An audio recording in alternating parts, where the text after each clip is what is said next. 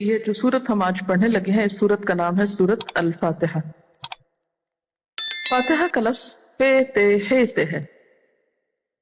فتح عربی میں کھولنے کو کہتے ہیں، مفتاح چابی یا کنجی کو کہتے ہیں۔ چابی سے کیا کرتے ہیں؟ جیسے تالا کھلتا ہے، تو فاتحہ کا معنی ہے کھولنے والی۔ قرآن پاک کی ابتدا اسی سے ہوتی ہے، اس سے قرآن پاک کھلتا ہے، افتتاح ہوتا ہے۔ اس سورت کی فضیلت کے بارے میں ایک حدیث سناؤں گی۔ حضرت عبداللہ بن عباس فرماتے ہیں کہ ایک دن جبریل علیہ السلام رسول اللہ صلی اللہ علیہ وسلم کے پاس بیٹھے ہوئے تھے کہ انہوں نے اپنے اوپر ایک زوردار آواز سنی۔ انہوں نے اپنا سر اٹھایا، کنہوں نے؟ جبریل علیہ السلام نے۔ پھر فرمایا، یہ آسمان کا ایک دروازہ ہے جو آج سے پہلے کبھی نہیں کھلا۔ پھر فرمایا، یہ ایک فرشتہ ہے جو آج سے پہلے زمین پر کبھی نازل نہیں ہوا۔ پھر اس فرشتے نے آپ صلی اللہ علیہ وسلم کو سلام کیا اور دو نوروں کی خوشخبری دی اور کہا، یہ دو نور آپ ہی کو دیے جا رہے ہیں۔ آپ صلی اللہ علیہ وسلم سے پہلے کسی نبی کو نہیں دیے گئے۔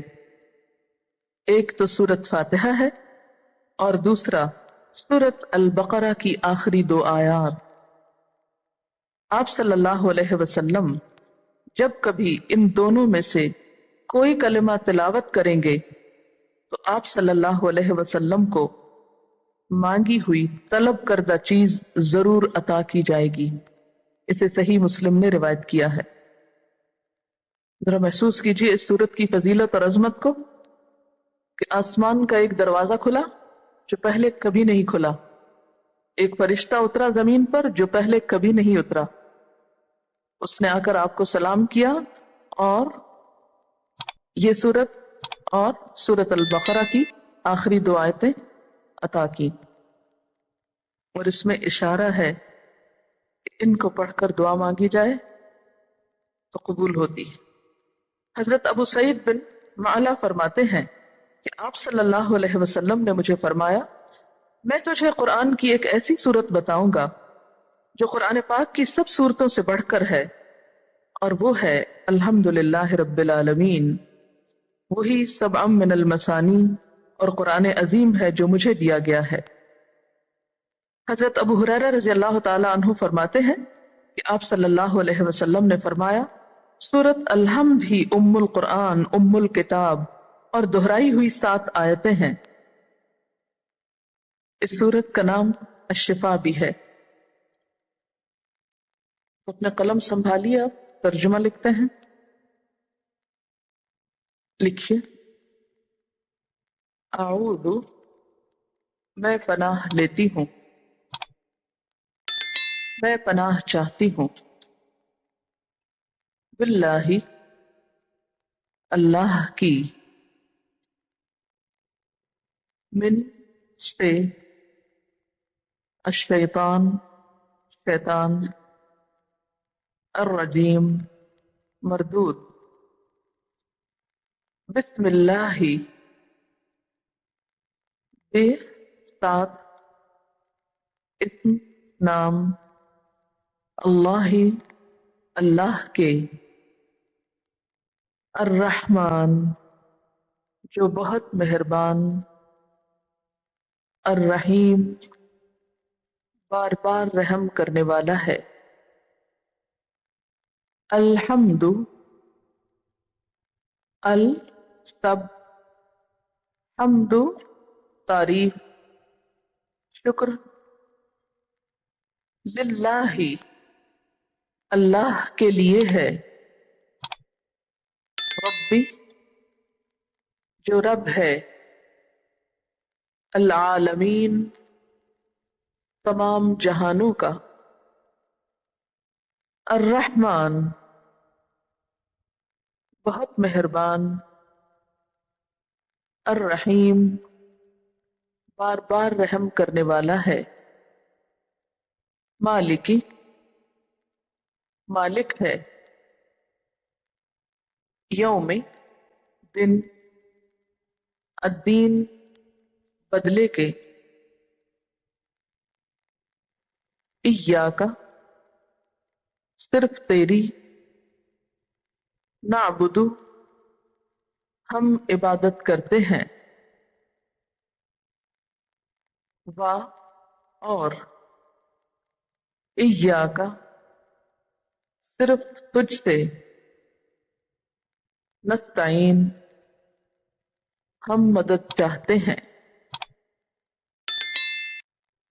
اہد دکھا، نا ہم کو، الصراط راستہ، المستقیم سیدھا، صراط راستہ، الذین ان لوگوں کا، انعمت انعام کیا تو نے،